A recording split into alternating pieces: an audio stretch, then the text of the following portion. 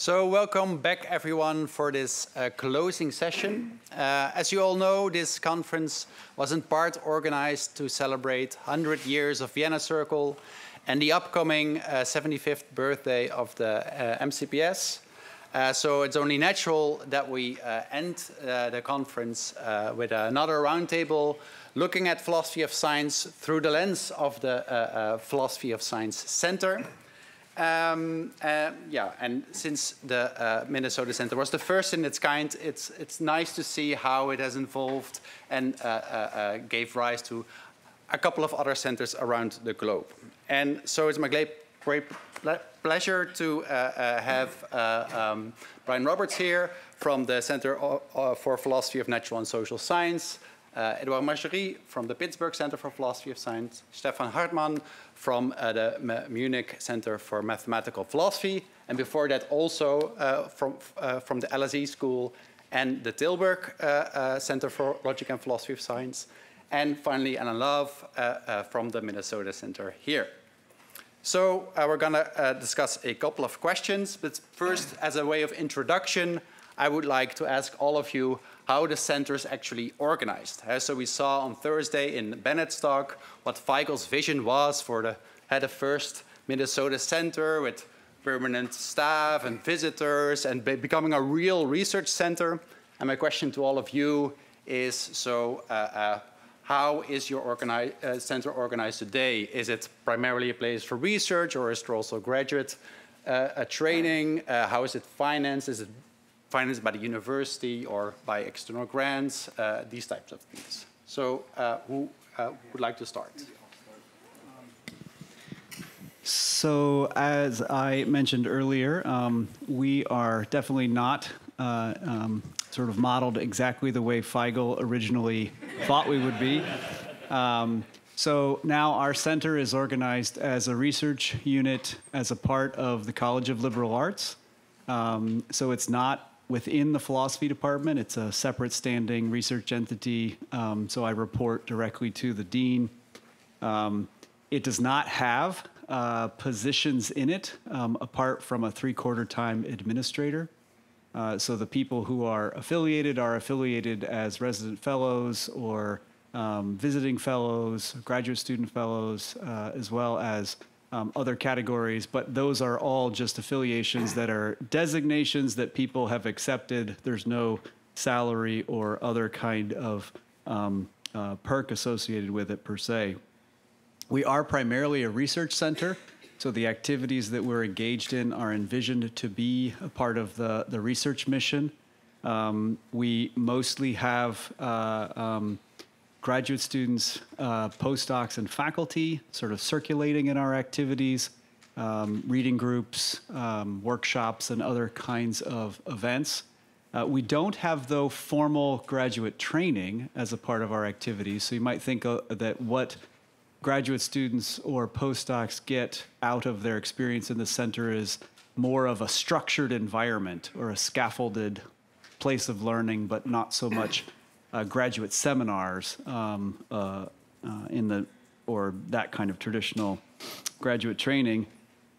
We have no formal connection other than friendly relations to the philosophy department. I have my tenure home in the philosophy department, but then my appointment to the center directorship is separate from that. And the funding is also separate. So the funding, how the philosophy department does is unrelated to how the Minnesota Center for Philosophy of Science does. And that just brings me to the last point, which is about funding. So we are funded on a soft money annual budget, which means that we get a memo once a year telling us this is the amount of money that you have.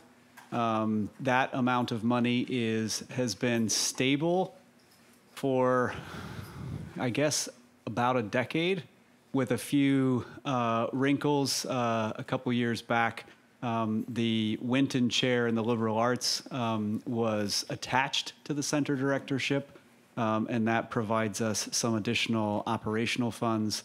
But at the same time, they took away some of the soft money, so it was a little bit of a, we give you, we take away kind of thing.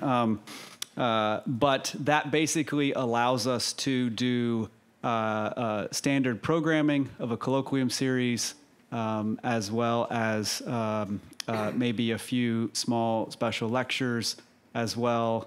Some of those have endowments, like the annual Geary lecture now, and then as well as support the 3/4 time staff person who works at the center.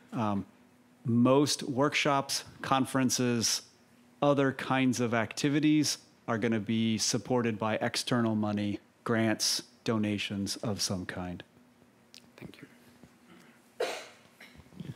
Yeah, I present the Munich Center for Mathematical Philosophy, which is the youngest center of all these centers here. It started in 2010. Hannes Leitgeb founded the center, and he also came up with the name, which was a really good idea. It's a nice brand name, I think. I came in 2012, and Christian List in 2020. We all have groups, and the common goal is to address philosophical problems broadly construed with mathematical methods, also broadly construed. So we use all sorts of mathematical methods, and we work in other fields than philosophy of science. So Christian List's people also do action theory, Hannes's people, philosophy of mathematics, and philosophy of language, which is not really mathematical philosophy. My people also work on general philosophy of science and topics like values in science. And I think it's good to have this mix and to be not too focused on one approach. We also collaborate with scientists, in particular physicists and psychologists and AI people at the moment, like many of us, I guess. The MCMP is part of the Faculty for Philosophy, Philosophy of Science, and Religious Studies. It basically consists of 3 chairs, which are financially quasi-autonomous. So the MCMP doesn't have an additional funding or so. All the funding is in the chairs. But to the outside world, of course, we only talk about the MCMP and not about the specific chairs for obvious reasons. Each chair has about 10 to 20 people, including PhD students, and we do what others also do. There is colloquia, reading groups, and conferences, and workshops, and so forth. It's mainly a research center, and the goal is, of course, to attract excellent postdocs and provide an environment that they get jobs afterwards, and that works pretty well so far. We also have a master program in logic and philosophy of science, which is going very well. We think it started in 2012, so Hannes started it and prepared it, and when I came, we started doing it.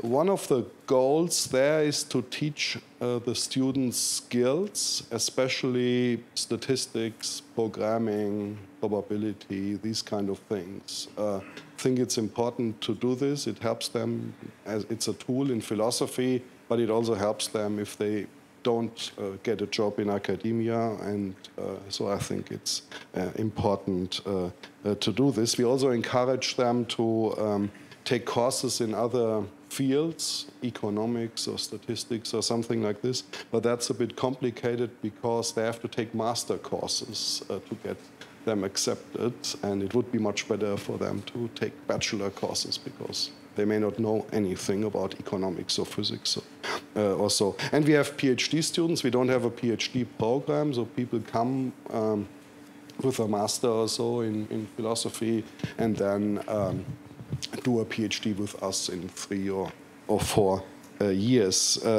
We are, as I said, part of the Faculty of Philosophy, but we have lots of connections to other organizations within LMU. We are part of a graduate school for systemic neurosciences. They have a neurophilosophy track, and there are always 3 or 4 PhD students at a time that we supervise. And that's a nice thing. There's an AI initiative. I have a secondary appointment in psychology, actually, and I'm also affiliated with the Theoretical Physics Sommerfeld Center or so. So I supervise also physics master thesis from time to time. And the funding in the first 7 years came from the Humboldt Foundation, who funded us really generously. We are very thankful for that, but unfortunately that's over. We now have funding from the university, but mostly from grants, the European Research Council or the German Research Council, and we also have several postdocs who are funded by the Humboldt Foundation. So Germany is good for funding, and I never understood people who complain about the funding system in Germany. They should go elsewhere. Of course, we don't get every grant approved. Yeah, and yeah, it used to be easier to have fellowships or so. When we had the Humboldt money, we could really do with it whatever we like, apart from buying sports cars or so. But it was really easy. But now we have university money, and we can't give fellowships anymore, unfortunately. We have to give people a contract, but why would we give someone a contract if he or she stays for 4 weeks or so? So that's a bit of a pity, but perhaps there are threats we talk about later. So.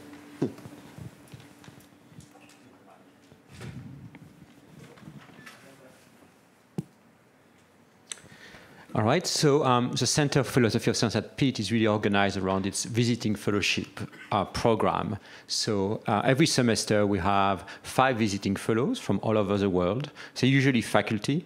We have 1 senior visiting, they stay for a semester or a year.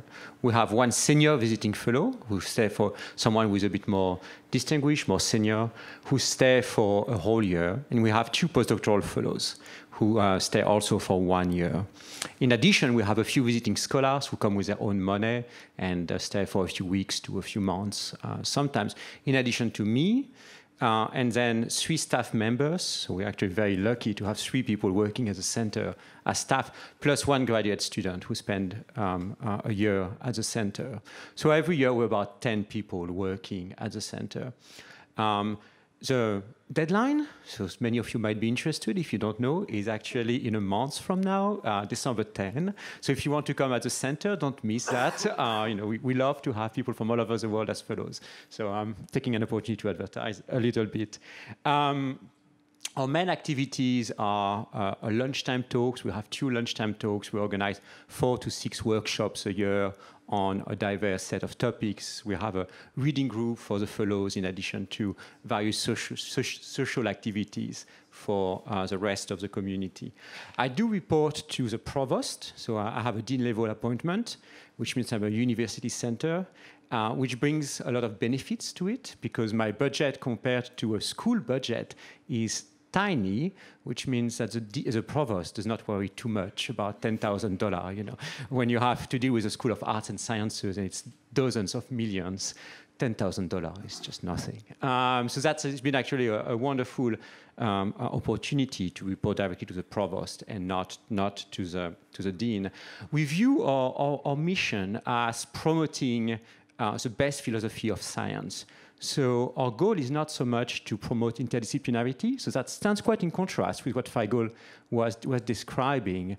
Our goal is just really to bring together from all over the world people who do philosophy of science and give them an opportunity to do the best work they can for a semester or a year. Now, we hope it's helpful, useful, of interest to scientists. But if it is not, it is not. If it's good philosophy of science and if scientists don't care a whole lot for it, well, it's good philosophy of science. Some will be of great interest, others not. And I think that's totally fine. So it's a bit like the IAS at Princeton. It's really focused on research. We don't do any graduate training. We don't have undergraduates. We really want people who already are in the profession, even very junior people, and you come and you have a semester to take advantage of everything we have to offer at Pitt. The budget comes from two main sources. 30 years ago, we got two large gifts in 1990 from Wagner, who was a Greenbaum student, and the university matched it a decade later, and we got some smaller gifts in the 1990s as well. That's the first source of funding. It's not an enormous amount of money, but it allows us to organize workshops and lecture series and to top up the money we give to the fellows. And then the main source of funding remains the university. So we get quite a large chunk of money from the provost office every year to pay for the postdocs, to give money to the visiting fellows, and a few to pay for the staff. My salary comes from HPS, so I don't get any money from the center. It's all from HPS. Right, so I actually just stepped down from the directorship of the Center for Philosophy of Natural and Social Sciences at the LSE. So I can now give you the unfiltered, just unhinged perspective. I was there for 4 years. It was really a remarkable time for me. So this center launched in 1993. It was another instance in which you should remember to be nice to your students, where a former student of you might have heard of this philosopher, Imre Lakatos. His student did very well for himself, Spirolatzis, and decided to give us a building so long as we would house a philosophy of science center there. And it should be philosophy of natural and social sciences, as emphasized in the name. Well, that building turned out to have a 20-year lease, so we're no longer in such good graces as we once were. So, and it paid for staff at the beginning as well, but it doesn't anymore. So our funding structure has changed. Nowadays, 50% of our funding comes from grants, so very European in this way. 30% of our funding comes from university support. Some of that we get regularly. Others of that I have to sort of scrounge year on year to see if I can get 5,000 here or there.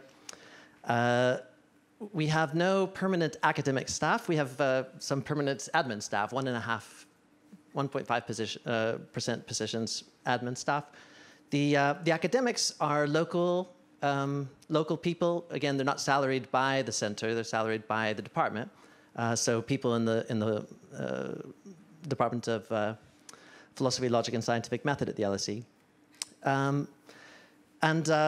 Well, let's see. So we spend about £100,000 a year, $130,000 a year. 70% of that is on our admin staff, basically, and the rest is on our research activities. Now, this is sort of center funding that gets spent on our regular lecture series, so analogs of sorts of things that Edouard just mentioned, the Popper Seminar, the Sigma Club for Philosophy Physics, the Choice Group for Rational Choice Theory.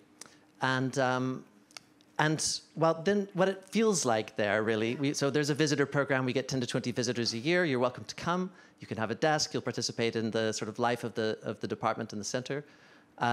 We have a research associate program where you can come for a longer time and try and develop a grant.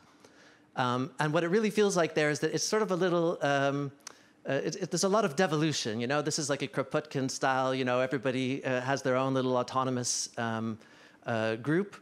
And those groups are grant PI led. So we have 5 big grants right now, meaning over £1 million each. And those grants will be hiring a bunch of postdocs, 3 or 4 postdocs each, some PhD students. They are formally supervised by the department, not by the center. And they're highly specialized on that topic, and they're finite in duration. So this is something that will last for about 5 years usually. We'll have some smaller grants as well that keep things going. And so when I say we're grant funded, it's like some of that money comes to the center and allows us to sort of redistribute it. This is the Kropotkin thing. It's like mutual aid here. We're all helping each other. And well, some of it is just going towards these individual projects. It's quite interesting. There's people who are doing, Jonathan Birch's Animal Sentience group is hosted there. Ali Boyle's doing a episodic memory project from animals to humans. We have one non-faculty member who hosts a grant there, who is a computational neuroscientist.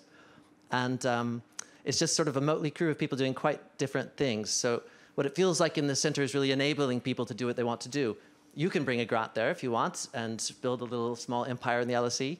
But it's fleeting in a way. So our projects change. And our funding structure changes. I'm sure we'll talk about that more. But so that's the LSE. Okay, so let's move from the structure of the centers to the field itself. I'm curious to hear all of your ideas about what philosophy of science is like now from the vantage point of a director, and also how it has changed in the past couple of decades. Should I start? I don't have to start again, but yeah. Well, I mean, I could say a few things. I mean, so from the perspective of a center director, it's really lucky, actually. It's like, so I'm a philosopher of physics. I got my start working in the arrow of time and in quantum mechanics and, you know, stuff that broadly in the field is quite narrow. And when you're a center, I mean, I know we're not supposed to say that out loud. Sorry, Jim. But when you're in these leadership positions, you're really enabling other people, and you get to see the breathtaking beauty of the field in its entirety. It's just remarkable. It's stuff that, you know, is great ideas that fill one with wonder, you know, like all of you are working on, and you really invest a lot of time in somebody else building a project which is going to, you know, make waves. That's what it feels like. These grants are trying to, you know, have impact on the world quite broadly as much as they can. It doesn't have to be scientists, doesn't have to be anything in particular, but, you know, do something that matters for humanity is sort of real philosophy. And it's lovely to get to see that. But the other thing I guess I've noticed is, you know, I didn't ever really pay attention to the large-scale sort of structure and funding structure of things. So this conference was really interesting for me, you know, now having directed the center. That funding structure, you know, it's weird we have centers in a way. They are, you know, all these centers are, with the exception of Munich, really, they're quite research focused. And in Munich, it's not a moneymaker in terms of students, I believe. So, you know, how are we going to keep that going? We've got increasing marketization in universities, so we can't argue we're doing something to help you market to students. You know, it's not that kind of thing. So the sort of funding we have to seek is things like, well, university support or grants. Or the government, you know. So I noticed, you know, endowments are sort of the dream in Pittsburgh. So I worked at Pittsburgh in that graduate student role when I was a grad student at Pitt. And I remember, you know, in a way, how smooth that made things go. I mean, that endowment's not an easy thing, but there's a level of ease that you get from having a big endowment. But those things are quite unequal across universities. So I looked up before coming here what the endowments are in these universities. So Pittsburgh has 5.7 billion total. Minnesota has 4.6 billion, so similar. He's always competitive. I know. Let's not compare. The LSE has 200 million, not the same order of magnitude. And Munich basically runs on zero. There is not really an endowment. So our funding comes from different places. So Pittsburgh is 40% tuition, 30% grants. At Minnesota, it's 25% tuition, 20% coming from the government, 30% grants. At the LSE, our main income is international student master's degrees. That's 70% of our income. So it's, you know, and we're arguing that we need to, you know, this is not for students, this is research only, but, you know, if we're asking for money from the university, it is being subsidized by that. And then, I mean, there's a sense in which, you know, this is how I understand part of what Stephan was saying, that at the LMU, the government funds 80% of things. And that's extraordinary support from a government. I mean, it's incomparable to what we have in the UK or in the US quite broadly. So I worry about the broader sort of, you know, implications of this. I'm sure we'll talk about that more. But, you know, I really noticed how those funding structures are slowly changing. Grants have come to play an enormous role in UK academics because of this broader higher education crisis, where we're not getting money from students as much due to things like Brexit. And so we have to find new sources of funding to keep these wonderful things going. So this has been front and center of my attention the last 4 years. I'll jump in. So a couple things stand out to me in terms of changes on the landscape. One that I've become particularly interested in the last 5 to 8 years, which is the emergence of postdocs as a major segment of the profession.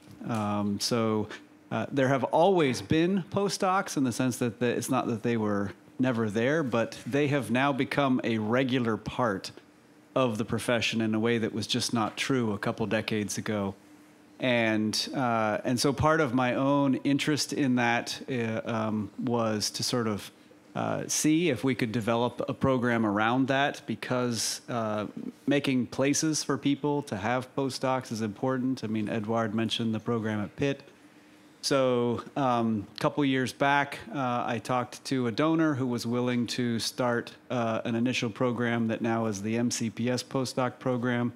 So we've got two folks in the room, Dana and JP, who are the first two of our postdocs, and that was explicitly in recognition of the fact that this is just an emerging change that we need to support and advocate for funding at that level, and in a way that's not always tied to grant projects, because obviously you can get postdocs from grants, but there's a way in which bringing somebody to a center to do the project they already were doing, that they were maybe developing out of their dissertation project, is, I think, a really important thing. So I think that's actually a huge change, and that's a big enough change that part of my interest during my time as PSA president is actually to figure out ways to better serve that segment of our community. I think the other thing that I would say that I see from my vantage point as a director, and maybe this is a local vantage point, because in a way this contrasts, I think, with some of the other situations that people have. Most of our interactions here at Minnesota are with scientists rather than with other philosophers. And partly that's because the number of philosophers of science is just not that large. So we can talk to ourselves, but it, might get boring after a while. And there's a kind of necessity that sort of pushes us into thinking, how can we reach out and build relationships with others? And so the interesting thing is that I think those sorts of relationships, as the conference has sort of shown, are more broadly emerging in lots of ways. There's a whole lot of collaborative dynamics that are emerging between philosophy of science and different sciences. And so some of that I'm seeing here locally manifested in our reading groups. And, one of our reading groups, the biology interest group, has more biologists in it than people in philosophy. About 15 to 20 people a week. And, we don't have more than 4 to 5 people to represent philosophy in that group. So we're seeing that kind of dynamic, and that, I think, naturally encourages building relationships that can end up in formal collaborations eventually, either within the university or just the disposition to do so wherever you go from there. So I think those are two big changes, and I would say that one of the things that has put some pressure on, and maybe this is something we can come to in Q&A, is that I think that that's come at the expense and some difficulties in liaising with colleagues in my own department, some of whom might be here. I think that philosophy of science, by virtue of sort of working along those axes outside the department, maybe has less connection to some of the conversations inside the department. And that is something I actually think about actively, because in the early history of the center, there were some fractious relationships between Feigl and the center and people in the department, because in those early days you could have your appointment in the center, and if you had your appointment in the center, you taught less classes and sometimes got higher salary. And so there was some sort of asymmetries that set up, I think, some problematic relationships. That has all, gone away in a sense that there is literally no more of that paying salaried individuals in the center. But the point is that we can go through periods where I think, depending on the structure of the lines of least resistance where we might work, they might engender other sorts of difficulties, like this less cohesive interaction with some of our departmental colleagues.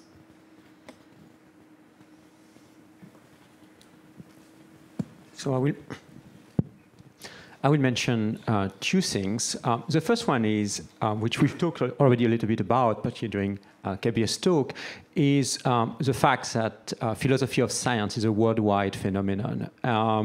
And at the center, I see that every semester, where usually between a third and 100% of our fellows do not come from North America. They come from the rest of the world. Many come from Europe, as is the case here today at this conference, but many of them come from also Asia, South America, and sadly, more rarely, Africa. We only have a few people over the years who've come from Africa. And I think that's a very important aspect of philosophy of science. North Americans tend to be very North American-centered, and when we look a bit outside, we look toward Europe. But there's much more to philosophy of science than what's happening in Europe and in North America. And it's been actually a blessing for me to be exposed to the philosophy happening in other parts of the world. I should also say that while there's, of course, a bit of homogenization, after all, we all talk to one another, we go to the same conferences, we read the same journal, there are also local and regional differences in the kind of philosophies that get to be done. And I think that's worth preserving. It's one aspect of diversity and pluralism that's a strength of our field. The philosophy that's done in Europe, in philosophy of science, is not quite the same. In fact, it's different in many respects from the philosophy that's done in North America for interesting institutional reasons that we might talk about, the role of grants, for example. And that is quite different from the work that's done in various countries in South America, as in Chile or Argentina. So that's something that, and also it's not very well reflected often in our understanding of philosophy of science from a North American perspective. I think the PSA is trying to pay attention to that, but much more should be said, should be done than just in that direction. So that's one thing. The second thing is more about the content of philosophy of science. So as I've mentioned you, we have this weekly reading group, which is a work-in-progress reading group where the fellows read each other's work. And we also have 2 talks a week by philosophers of science coming through Pittsburgh and the fellows. So over the last 10 years, I've been exposed to all types of philosophy of science, including some I don't understand even after 10 years. The philosophers of physics are quite responsible for... I know, Jim, I'm confused. We're always picking on you guys, but... all right. Joke aside, so what has been... I find really noteworthy is how dynamic philosophy of science has been. And there's been a lot of waves of bringing new ideas, new methods, formal epistemology, the role of formal models in philosophy of science, Hopos. And we've talked about some of them here. But it's really interesting how philosophy of science has been quite good, I think, at least compared to other parts of philosophy, I suspect, to find new sources of inspiration to renew itself, and as that's something that's actually worth being proud of as philosophers of science. Yeah, I'll leave it there. Okay, yeah. Bryan said that 80% of the LMU funding comes from the state. I didn't know that. I didn't do my homework here. Interesting. At the MCMP, it's probably less. We have lots of postdocs who are on grants, so I would say maybe, I don't know, 50-50 or something like this. Some people come with their own grant, so it's possible to apply and then have a project with us. In other cases, I or someone else applies for a grant, and then we have to find a postdoc, but that's a bit of a difficulty because the good people want to do what they like and not what I think is interesting or so. So we often have to make a deal or so they deliver something and to spend the rest of their time with their own projects. We often have interdisciplinary projects, but it's difficult to attract postdocs from other disciplines. I never had a postdoc from physics. 2 postdocs came from psychology or so, but it probably doesn't look terribly good for a psychologist or a physicist or so to spend time in a weird philosophy department or so. So that's a bit of a pity. To get grants, I think it's really important to have a good good branding or so. So we spoke a lot already about the diversity of philosophy of science, and some people think that that's good, and I guess it is good. But to get funding, it's not good. One has to focus. One has to have a clear message or so, and that makes it much easier to attract funding. So we have this branding, and I think it's helpful in our case. Yeah, our center is also pretty international, I guess. Yeah, so postdocs, most of them are not German speakers or so. Some learn German, but it's not necessary.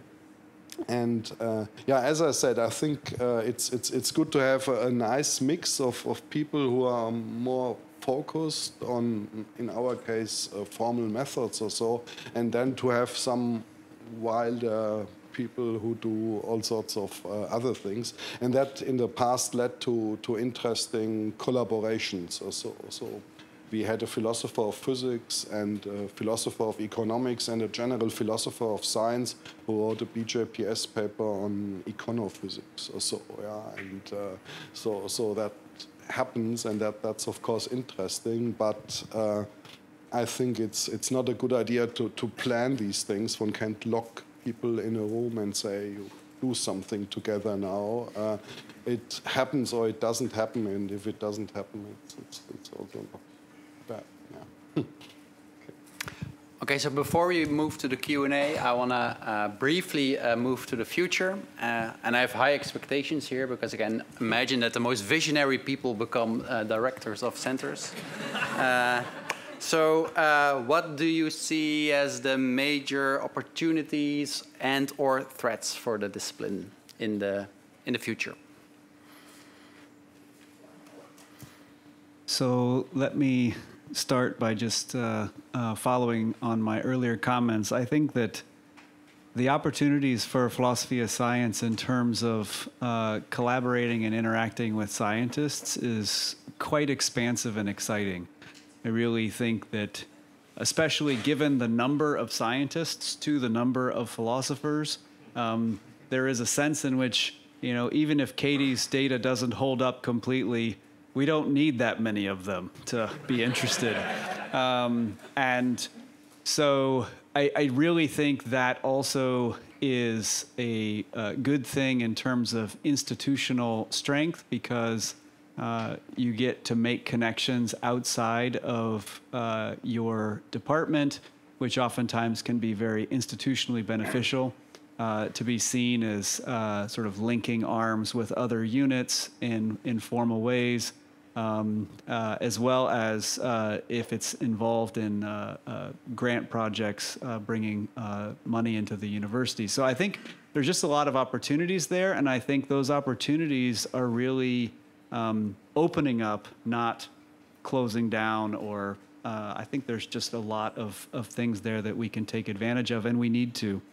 So I would see that as an opportunity. I think the threat, and here I'll speak more from the North American context, is that many philosophy units where most philosophers of science take their paycheck have been shrinking.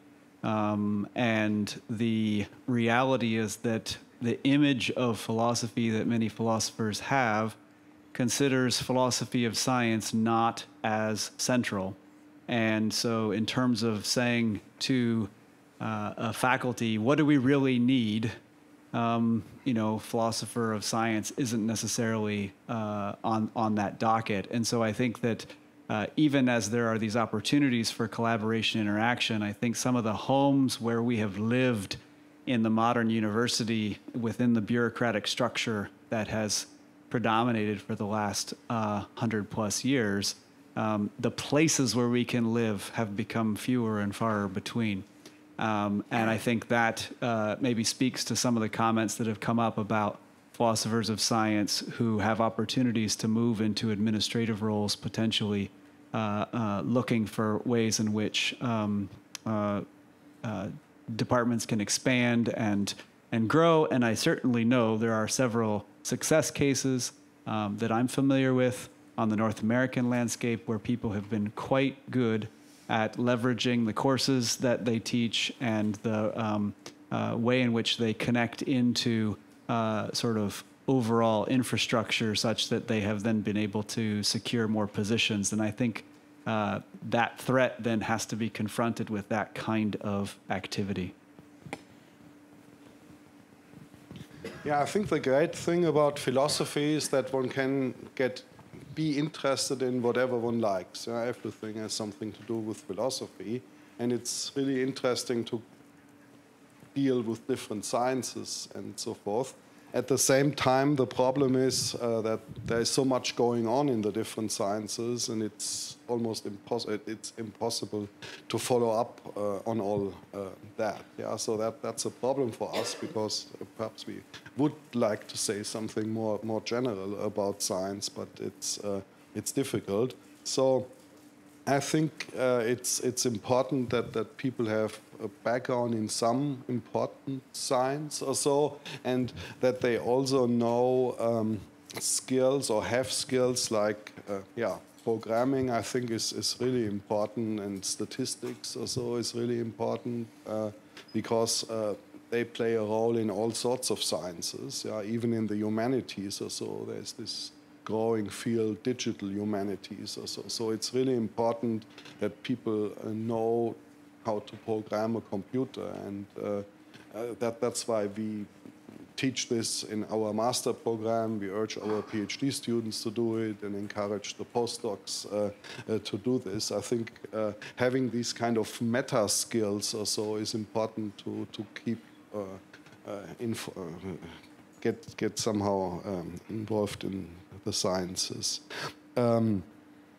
I also see an issue when it comes to people get jobs later in philosophy departments, so they should be good philosophers. And at the same time, in philosophy of science, we also want them to be close to a science or know a lot about a science. Sometimes we have postdocs or so who are better in science than in philosophy or so, and I then encourage them to teach a course, I don't know, epistemology or metaphysics or I don't know, something because the jobs are in philosophy in our case, and so they have to convince a fellow philosophers. So it's really difficult to be a good philosopher of science, and one has to know a lot. But as I said, certain meta skills or so are important.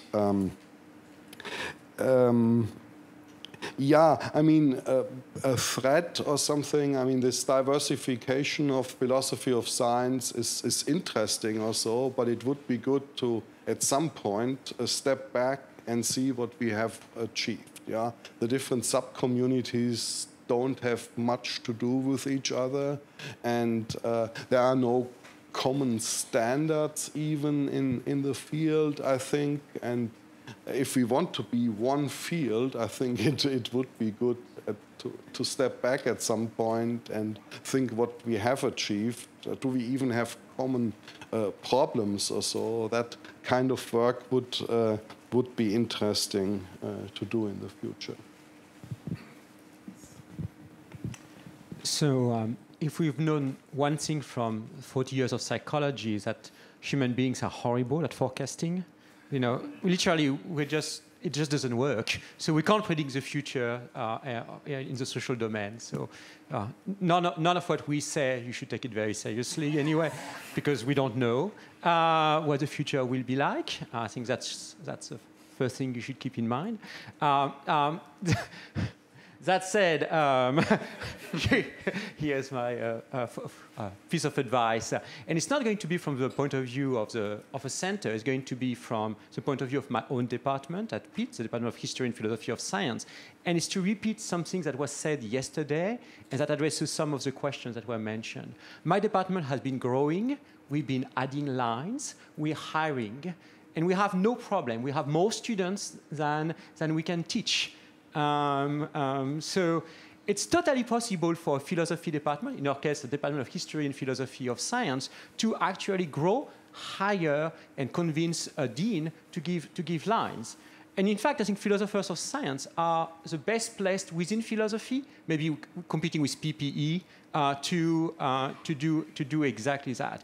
Because we can offer programs and courses that are at the intersection of the humanities and the sciences that are going to draw hundreds of undergraduates. So we offer the conceptual foundations in medicine, and we have more than 1,000 undergraduates.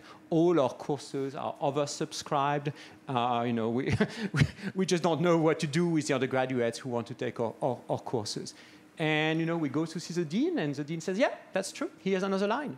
The number of postdocs, we had 0 postdocs 10 years ago at Pitt. We've got 2 or 3 now in HPS, plus 2 at the center, so that's 5. So we've been able to grow at Pitt. And the reason is because philosophy of science really gives us opportunities to do teaching things that no other humanities can do. And I think we should actually be very mindful of that and try to exploit these advantages that other philosophers don't have, for example.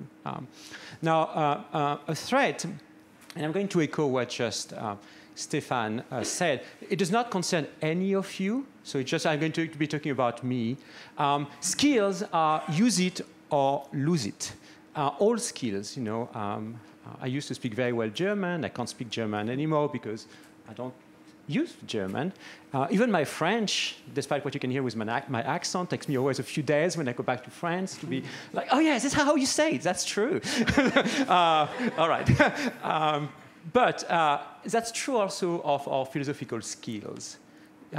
When I spend 2 weeks coding because I've got a huge data set and I want to send a paper to Scientific Reports on Nature Communications, and I'm going to be spending 2 weeks on R to debug my code and make sure it works, it's 2 weeks I just spend coding. I literally do nothing else but coding and then the admin at the center. I don't do philosophy while I do that. And if I do half of the year, which is what I do, I publish half in science, half in philosophy. If I do half of the year work in science, I don't use the skills that I have as a philosopher. And I think there are distinctive skills that philosophers have. And I think we philosophers of science, because we've got so much demands on our hands, we need to know the science. Some of us need to know the history of science. Some of us need to know Hopos. Some of us need to know more.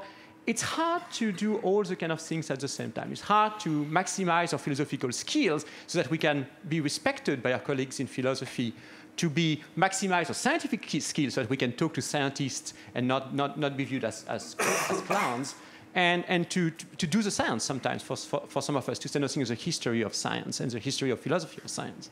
And I do think that's something we should be very mindful of. We've all seen papers, I'm sure, and I just mentioned my papers. You've seen some of my papers, so those of you who read my work.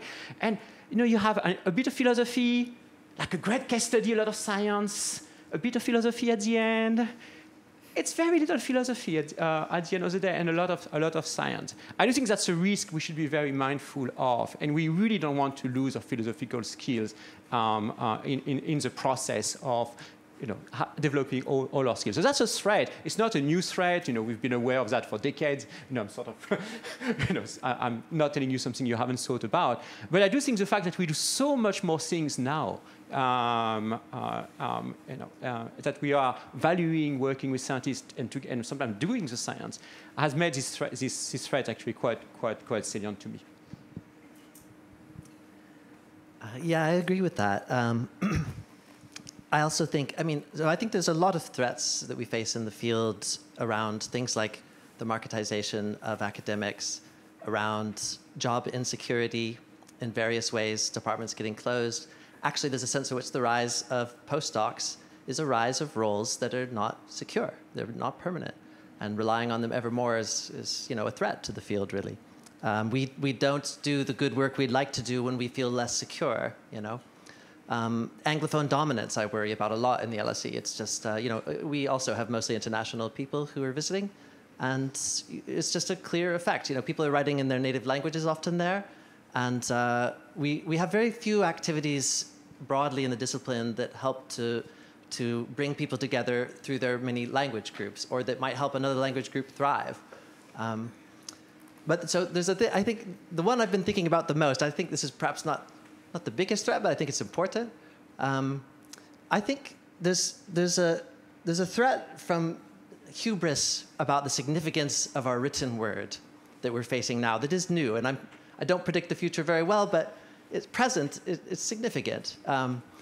That many people once said that one of the defining characteristics of humanity is that we're the ones who write and communicate with word. And that's just false now. ChatGPT is writing half my student essays right now. So machines are doing this. But there's an aspect of what we were doing which goes well beyond. I mean, as an advisor, I can say to you, do good work. Of course, first do good work. But besides these important things like articulating metaphysics and epistemology and ethics and the foundations of science, there's an aspect of what we do which is artistic. I was really moved by the comments of Paul at the beginning of this conference about the production of culture. It's so important for social cohesion that we help each other appreciate the world around us. And philosophers of science are extraordinarily well placed to do that. You all have incredible grasps of many disciplines at once. It's a rare thing that I think we should embrace and recognize. Part of what we're doing is making something lovely. We're leaving the world a little more lovely than it was before. And you can get done with an essay which has great content, but perhaps might have been written by ChatGPT. I think it's worth pausing, and it's a threat not to do it, and recognizing you can make it lovely, connect to humanity, leave something for culture. Go back and look at your work again after that final draft and just see what can be done to leave the world a little more lovely than it was before. Okay, let's open up the floor for questions. Asia. Yeah.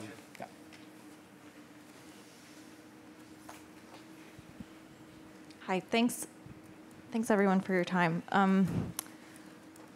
Sort of at risk of disrespecting the structure of this a little, but in the spirit of trying to value a lot of ways of contributing to the field of philosophy of science, I find myself compelled to say that I think one of the most interesting and cool centers directed by a philosopher of science is actually the Center for Philosophy for Public Engagement with Science at Cincinnati. And I was just wondering if I could ask the chair for permission to hear from Angela a little bit about her work doing that to supplement some of the perspectives we've just gotten.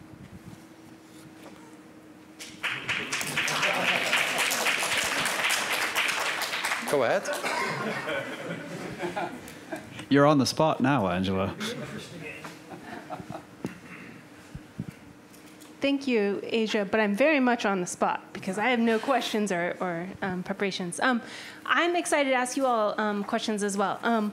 What can I say? So I have a baby center. I call it a toddler center now. It was not started by a logical empiricist. It's 8.5 years old. It's also not a center in philosophy of science. It's 8.5 years old at the University of Cincinnati, which is not a well-resourced institution. It's not an easy place to build something. It's an interdisciplinary initiative to work on all of the interfaces in which science engages with the public, as well as to teach and research how that engagement sort of goes best. Despite it being a hard place to grow something, we have, I was proudly telling some of our graduate students at lunch today, we have an annual budget between all of the different cobbled together sources of funds at this point of about $350,000, so I'm pretty proud of that, and a lot of institutional support. I don't know, what else should I say? Anything else you wanted to hear? It's new, I don't know. The other thing I'll say, just since I have the mic and I'm on the spot, is it's been really interesting to me, and one of the things I've been reflecting on as I've been listening to you all speak, and if I had asked a question, this is what I would have focused on. It's been really interesting to me how this has sort of been an all-consuming labor of love over the last 8.5 years. And I've heard this in even the nature of the conversation to hear. So what I'm interested to hear from you all more is about how you would counsel all of us to prioritize institution leadership and institution building alongside the sort of ever-present pressures to just maximize your own productivity and recognition, because I think that's a really interesting part of it. And I think it's been a nice theme over the last 3 days to hear how institutions and the building of institutions is important to our discipline.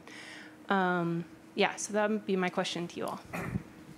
So I can start in response to that. I think that we all have colleagues who give the impression that they are incapacitated with respect to administrative duties, oftentimes by not responding to email or even in an Old Testament way, drooling in their beard. But I think that the reality is that institution building is a normal part of what it means to be human. That is, humans are institution builders. The institutions we build now have a lot more to do with brick and mortar and some other things than maybe they did thousands of years ago, but I think we're institution builders, and I think communities do better when there are institutions that promote ecosystems of people doing the work that those institutions are set up to do in the first place. So I do think that there is a kind of tension in some of the traditional ways people understand academic success, such that institutional work looks like it's in conflict with spending time on advancing your research agenda. But in my experience, the institutional work is a rising tide that floats all boats, in that my work is better because I'm doing institutional building, and the work of other people around me is better. And to some degree, I think the people who think that it doesn't work that way simply haven't been involved in seeing that happen. So that would be my kind of first response to that. Anyone else want to reply? Go ahead first. No, go ahead. Well, I mean, there is an aspect of what you're saying that I related to a lot, that is just recognizing that there are personal sacrifices that you make for others in this job. And that is hard. I mean, some of the things that we do just, is extraordinarily inspiring. And at the end of the day, I feel quite inspired by the thing I helped build. But there were various moments when I was just, putting in extraordinary efforts and forgetting how to do philosophy, because I just spent a week, trying to get a staff member promoted because she hasn't been promoted in 5 years, hasn't had a salary increase. These sorts of human resources things, which are part of what allow people to live and thrive in this place. And sometimes it's happening in an urgent way in these institutions. At least in the UK, a lot of things are happening extremely urgently all the time, it feels like. And so it's really easy to sacrifice yourself a little bit. And that is just a hard thing to balance, I think, in these leadership roles. It's necessary in some sense for the field, but also, you don't do it well if you're unhappy. You've still got to be that inspired, leadership person in the role. So I think creating spaces for yourself to still be inspired and find wonder in what you're doing, I think is crucial. I don't have an easy solution, but tell me yours when you figure it out. So I'll just add one thing, which is you can sometimes at centers, and I think much more than if you're a chair of a department, create space where your interaction with the people who are there benefits you not necessarily from the perspective of promoting your career, but allow you to do good philosophy, to think about new topics, particularly to do what was in the first place the reason why we went into philosophy. Actually, even if it does not allow you to write a new paper, you're going to be working with people working in other parts of philosophy of science, and it's not going to be a new paper for you, so it's not going to be a new line on your CV, but that's incredibly rewarding. I went into philosophy not to have hundreds of lines on my CV, but to think about important topics. And I think the center, at least in my case, but I'm pretty sure it's true of all our centers, are places where that happens. We have this opportunity to just engage with other people, and that's extremely rewarding often. So despite all the truths about administration takes time, it's difficult, there's also, and that's not always rewarded for career. There's also all these beneficial aspects that we can do wonderful philosophy, and that's a reason to do it. So if you have an opportunity, just do it. It's much easier than being a chair. So if you have the choice between being a chair and being a center director, go for the center director. That's what I've been doing for the last 9 years. So. Yeah, I agree with what people said before. A center, I think, also increases the visibility of the work of people, and that's an advantage also. And of course, yeah, you find also collaborators also. I like to collaborate also. So it's nice to have these people around.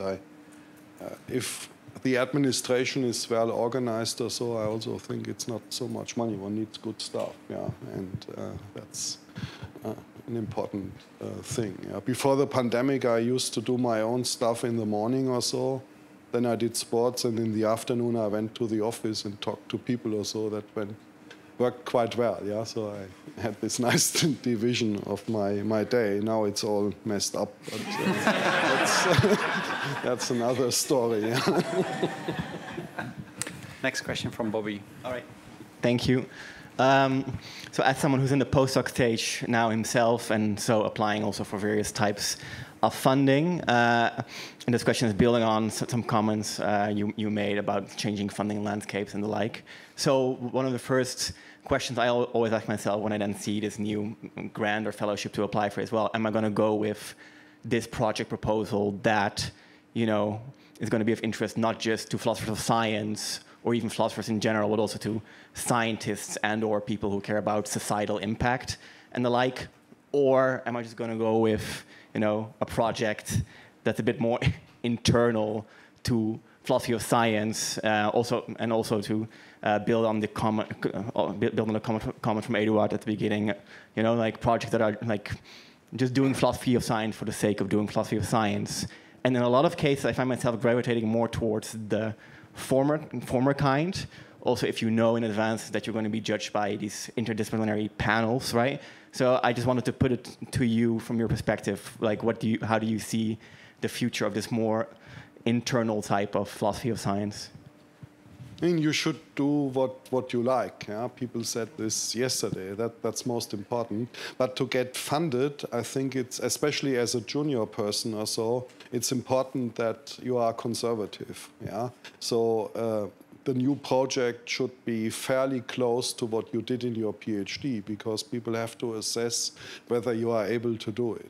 Yeah, and if you propose to now examine some other science or using a method you never used before, so you will probably not get funding because there are so many competitors, and someone who doesn't like you or the project can simply say, "Oh, I doubt that this person is really up to it," or so. Yeah, so you are absolutely conservative, and then you do what you like once you have the funding. Yeah.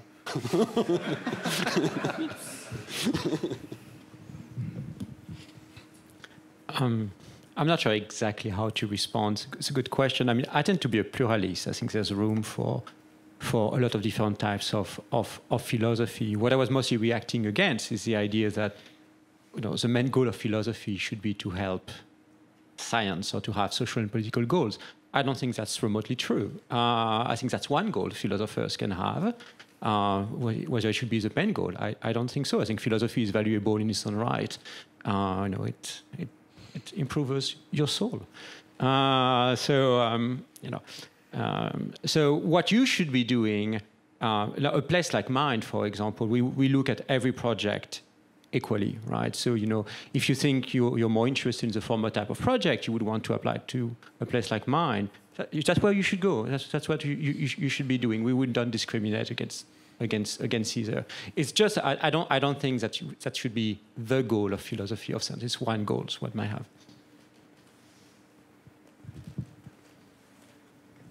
So just very quickly from the perspective of the postdoc program here, so we have intentionally made the remit very broad to include logic and mathematics, and the sort of way we think about the project that is proposed is that project does emerge from your own research program and doesn't presume that you would somehow, have to have some particular way of connecting to mathematicians or scientists in a particular way for that project to be successful.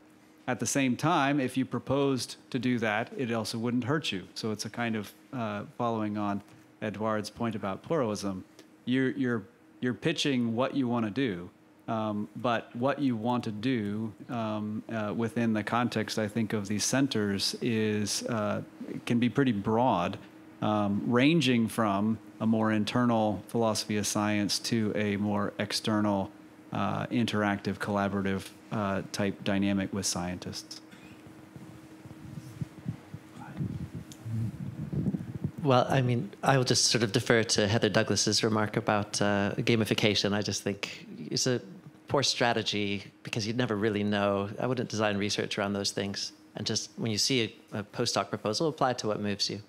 That's what I would recommend. Holly? Thank you. So I don't know that there's any particular answer to this that you can give, but I kind of wanted to raise the issue and then maybe put some challenges out there with respect to it. So I came through and went on the job market just before it became pretty common to do a postdoc, and I don't think I would have been able to do it, and I might not have been able to go on the job market after that because I had a baby.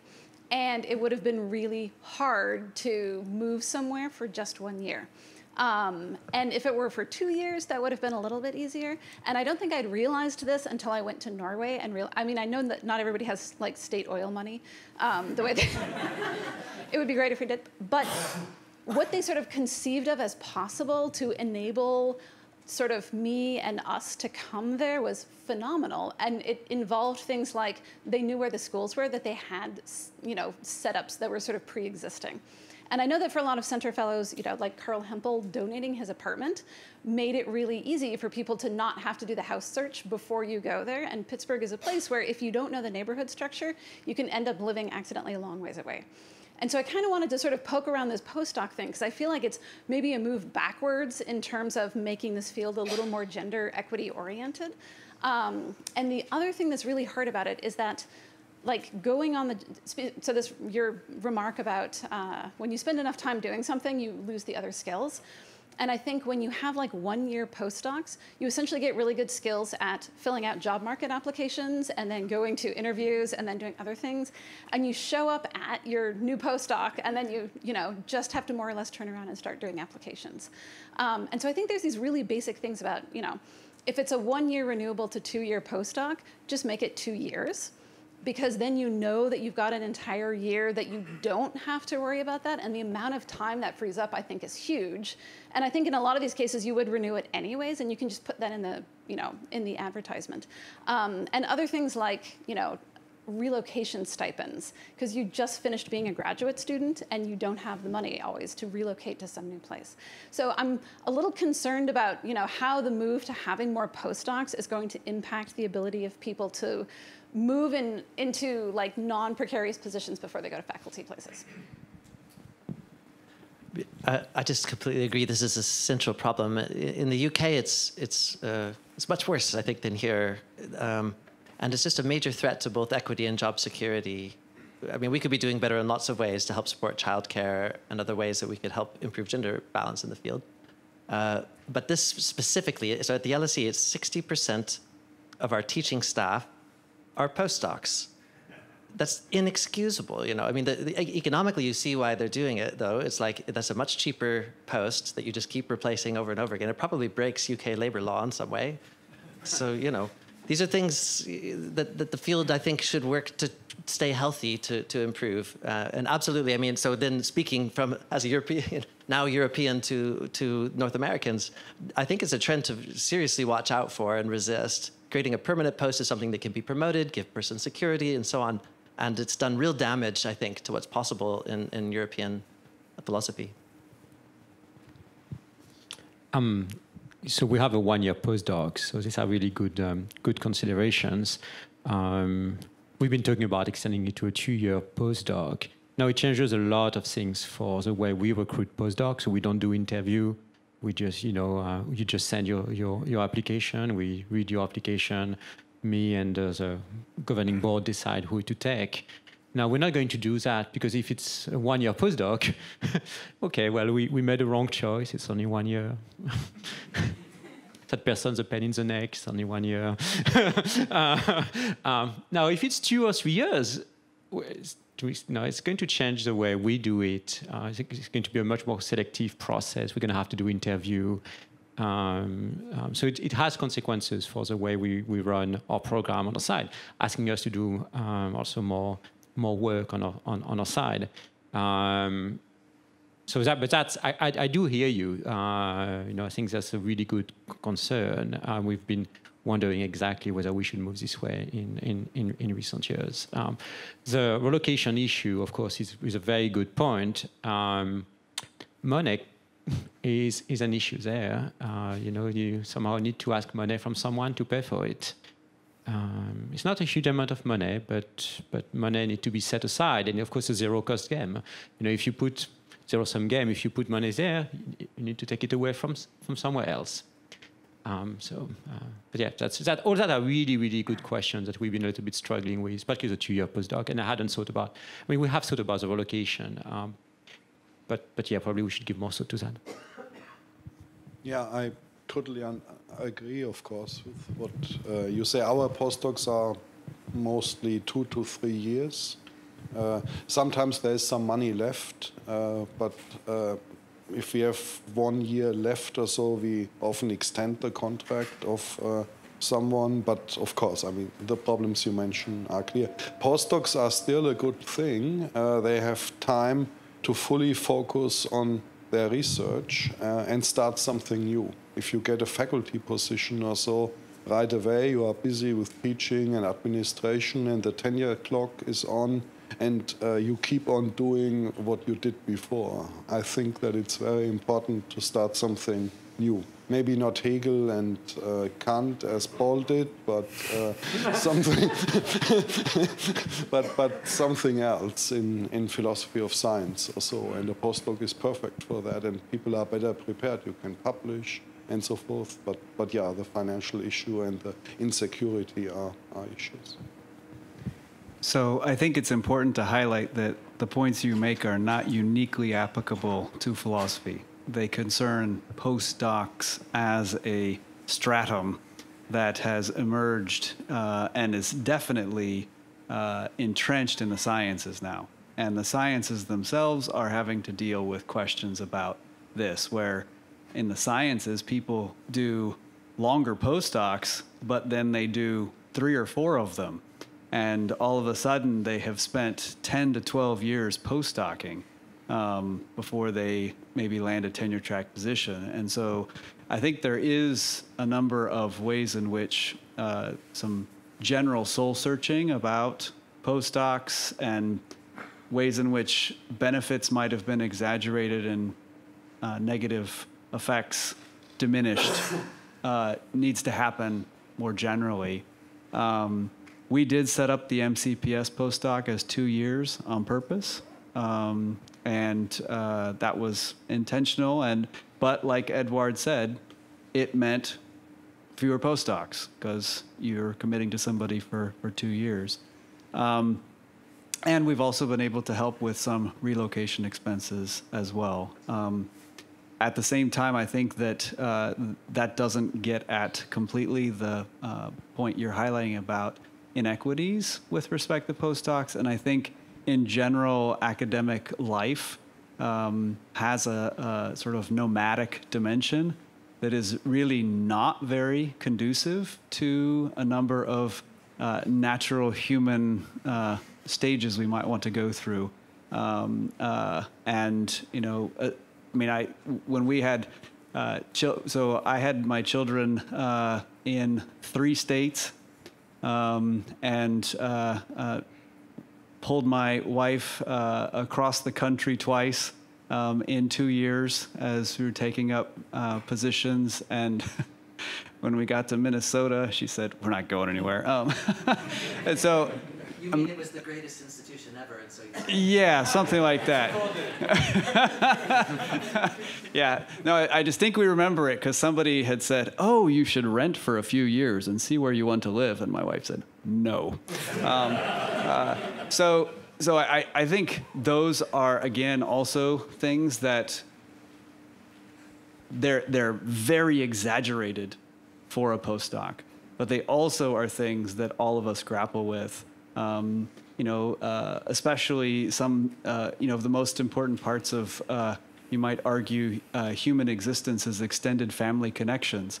And at least for those of us in North America, you basically give those up when you go into academia, because the chances of you landing a job anywhere near your parents and extended family is zero. I mean, in a few cases, it might happen accidentally.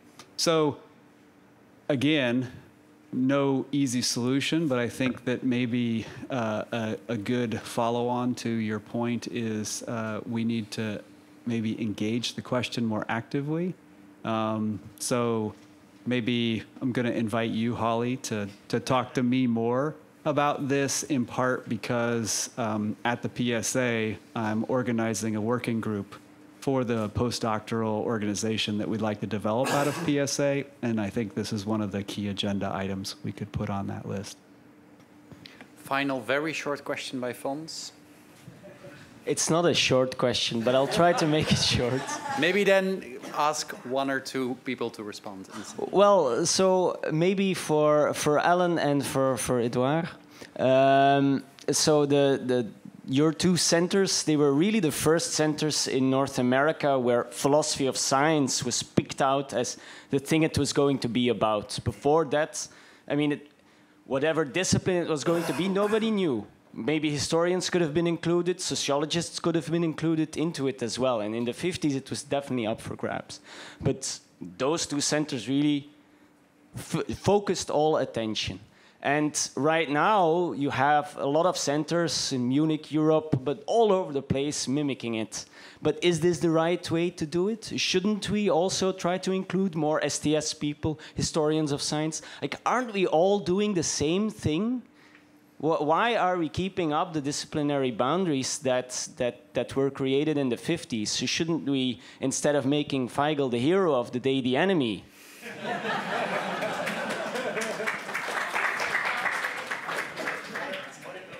So I'd very briefly respond. I think the point you're making, Fons, is something that Sabina was highlighting while she was here in terms of the importance of the connections with history and sociology.